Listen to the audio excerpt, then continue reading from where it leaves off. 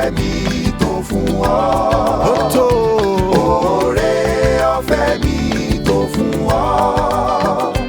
Oore ọ̀fẹ́ tí kò lẹ́gbẹ́. Oore ọ̀fẹ́ mi tó fún ọ.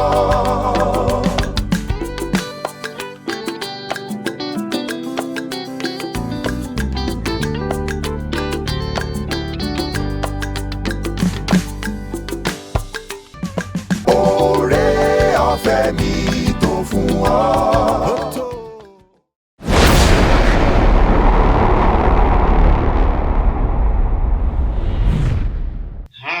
Ẹgbẹ́ mi, ẹ wá sí a bó ti ń fẹ́ lẹ́lẹ̀. Ogun Jésù fẹ́rẹ̀ dènà, afẹ́rẹ́ ṣẹ́gun. Dòdìmú, dòdìmú, èmi fẹ́rẹ̀ dé, bẹ́ẹ̀ ni Jésù rè. Rádá padà sọ́run pé àwa ò dìmú.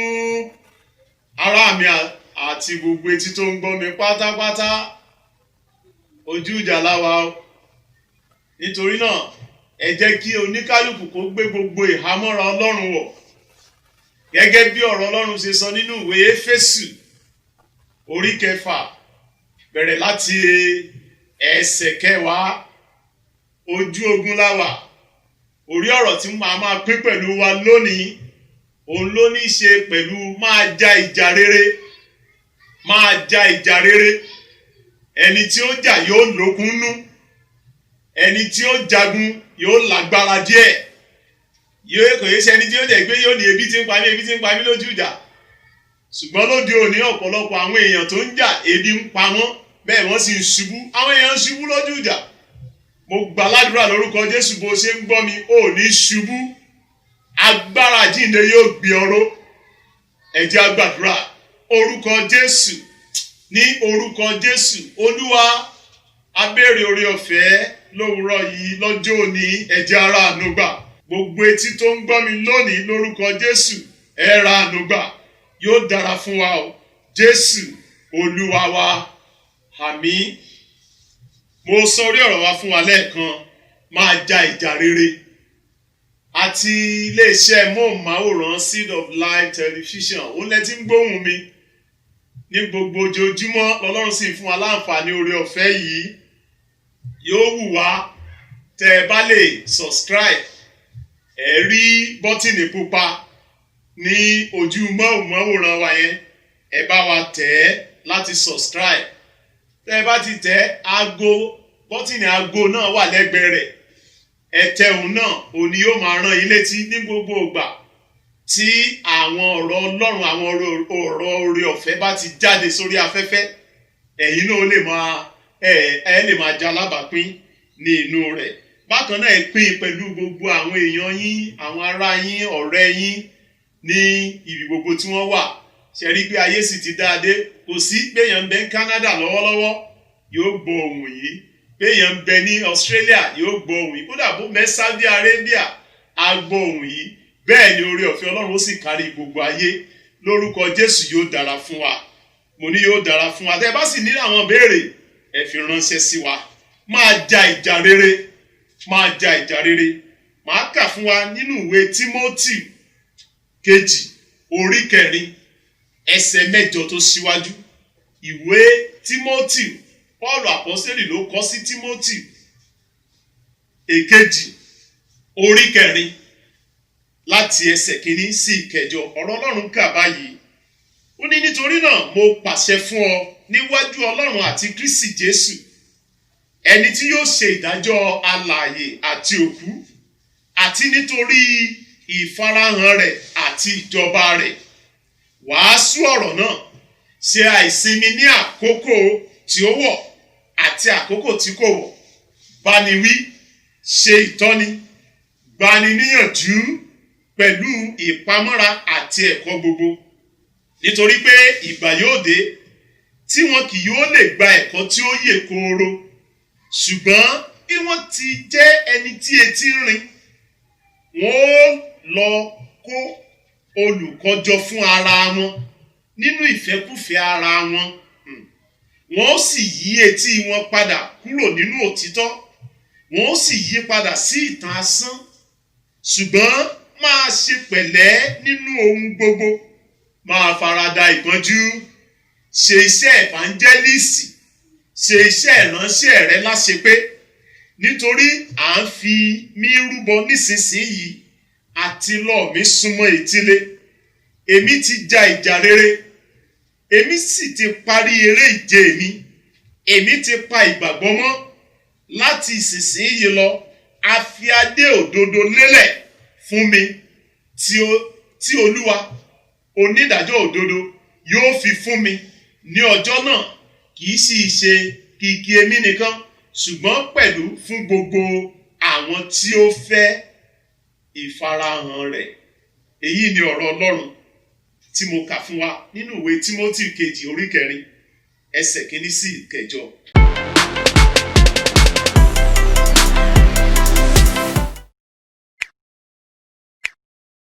Máa ja ìjà rere.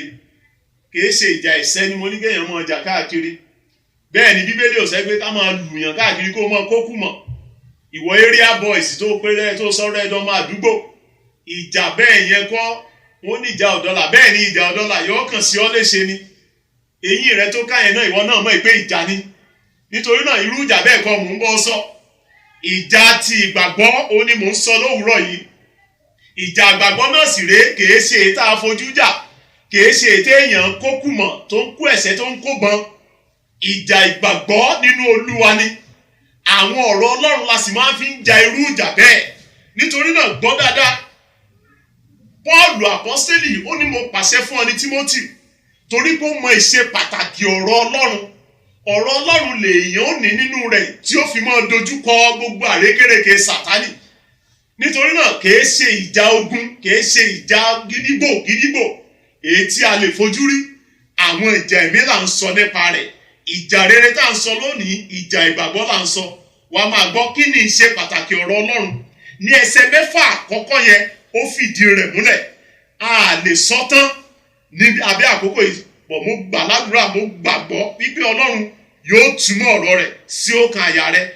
Pọ́ọ̀lù àpọ́sítélì ń sọ, ó ní pé níwájú ẹni tó ń dúró, ẹni tí yóò ṣe ìdájọ́ alààyè àti òkú. Ọjọ́ kan ń bọ̀ o, ará mi ní Olúwa.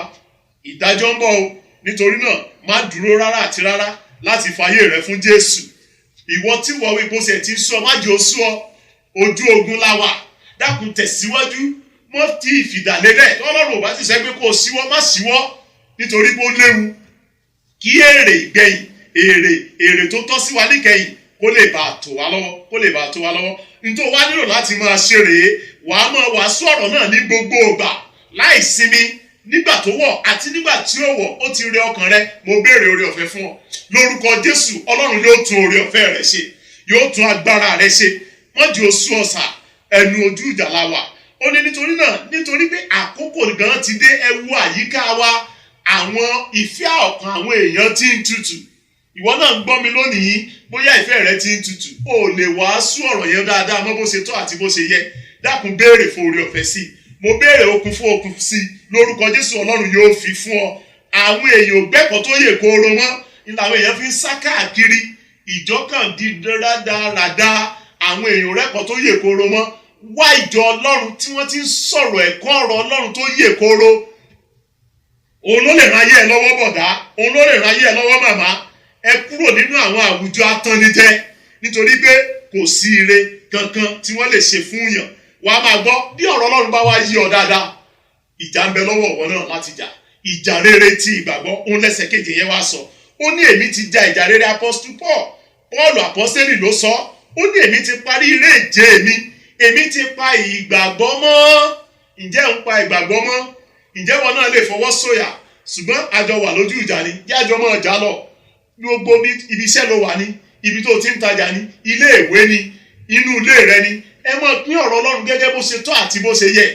Ẹ jọ pín nínú ìdílé yín. Ẹ pín fáwọn ọmọ yín. Wọn ò ní ṣìnà. Ẹ ja ìjà rere. Bẹ́nikẹ́ni bá mú ẹ̀kọ́ òdì wá. Ẹgbọ́n tínú. Ẹ fi ọ̀rọ̀ Ọlọ́run takò wípé rárá báyìí kọ́ lọ́rọ̀ Ọlọ́run wí. téèyàn fi máa ń jàjà rere nu. Àwọn bí ó sì tún lo ọ̀rọ̀ Ọlọ́run wọ́n tún máa fi lu àwọn èèyàn ní jìbìtì. Ìwọ tó mọ ọ̀rọ̀ òtítọ́ ó takò ní kíákíá, ṣùgbọ́n ó léwu bí wọn náà bá mọ ọ̀rọ̀ òtítọ́, ó léwu, ó léwu.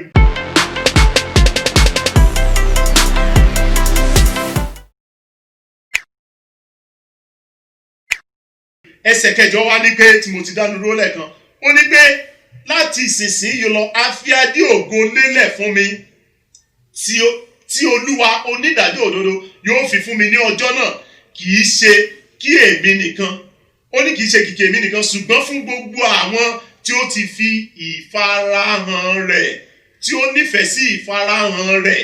Nítorí náà ará mi nínú Olúwa, gbogbo ìjà àwọn tí ó ń ja ìjà ẹ̀ṣẹ̀, a dúpẹ́ lọ́wọ́ Ọlọ́run fún arákùnrin wa Joshua tó ń bẹ ní ìlú Gẹ̀ẹ́sì lọ́hùn tó ń ja ìjà ẹ̀ṣẹ̀. Ẹ rí i pé tí wọ́n bá jàjà ìjà yẹn, ó ti ní èrè kan tí wọ́n gbé kalẹ̀, ó ti ní bẹ́líìtì ògo tí wọ́n máa ń gbé lé wọn lọ́wọ́. Nítorí náà ìwọ tó ń jàjà rere yẹn lọ́wọ́lọ́wọ́, ìjà ìgbàgbọ́ ọ̀rọ̀ Ọlọ́run tó ń pín yẹn, mo fẹ́ sọ fún ọ wípé èrè ń bẹ́ẹ̀ bẹ́ẹ̀. Bàbá Paul sọ pé a ti fi adé ògo lélẹ̀, a ti fi adé ògo lélẹ̀ fún wọn náà o. Má bójú wẹ̀yìn, tẹ̀síwájú nínú ìgbàgbọ́ yẹn. Ayé lè kórìíra rẹ, wọ́n lè má nífẹ̀ẹ́ rẹ, wọ́n lè má wò pé kí ló ń sọ, wo èrè ń bẹ́ẹ̀ bẹ́ẹ̀. Ìwọ ní àfojúsùn, nítorí pé ẹni tí ó bá bójú wẹ̀yìn, Bíbélì ní pé ẹni tó bá ti fọwọ́ bo ohun ìtùlẹ̀ tó bójú wẹ̀yìn, ó ní kò yẹ fún ìjọba Ọlọ́run mọ́. Lọ gbé gbogbo ìhámọ́ra wọ̀ kó o mọ́ bá bójú wẹ̀yìn. Ìwé Éfésù orí 6 ẹsẹ̀ 10 ìkọkànlá ìkejìlá yẹn, wàá rí gbogbo àwọn ìhámọ́ra yẹn bẹ̀.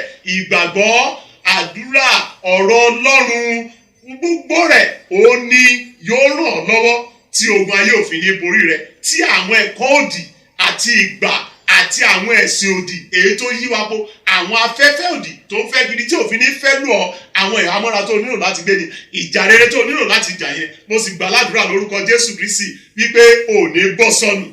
Ìjà tó ń jà lọ́wọ́lọ́wọ́ yẹn ò ní lùsì ẹ o, kò ní bọ́ sọnù mọ́ ọ lọ́wọ́.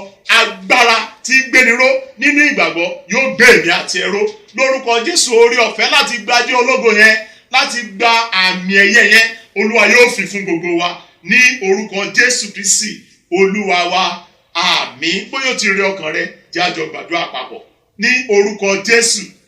Olúwa, mo gbàdúrà fún gbogbo etí tó ń gbọ́ mi, gbogbo etí tó ń wò mí lónìí, tá a jọ wà nínú eré ìje ìgbàgbọ́ yìí, lórúkọ Jésù ò ní ṣẹ́ ìgbàgbọ́ o, yóò sì dára fún wa. Iléeṣẹ́ Seed of Life Television yóò máa gbòòrò sí ní orúkọ Jésù Kristi Olúwa wa, àmín, àmín, àmín lórúkọ Jésù. Inú wa yóò dùn tẹ́ ẹ bá lè subscribe sí station yìí, ẹ tẹ àmì aago yẹn náà, ẹ pè pẹ̀lú àwọn ọ̀rẹ́ yín, ẹ fi àtẹ̀ránṣẹ́ sí wa, á dá yín lò lórúkọ Jésù.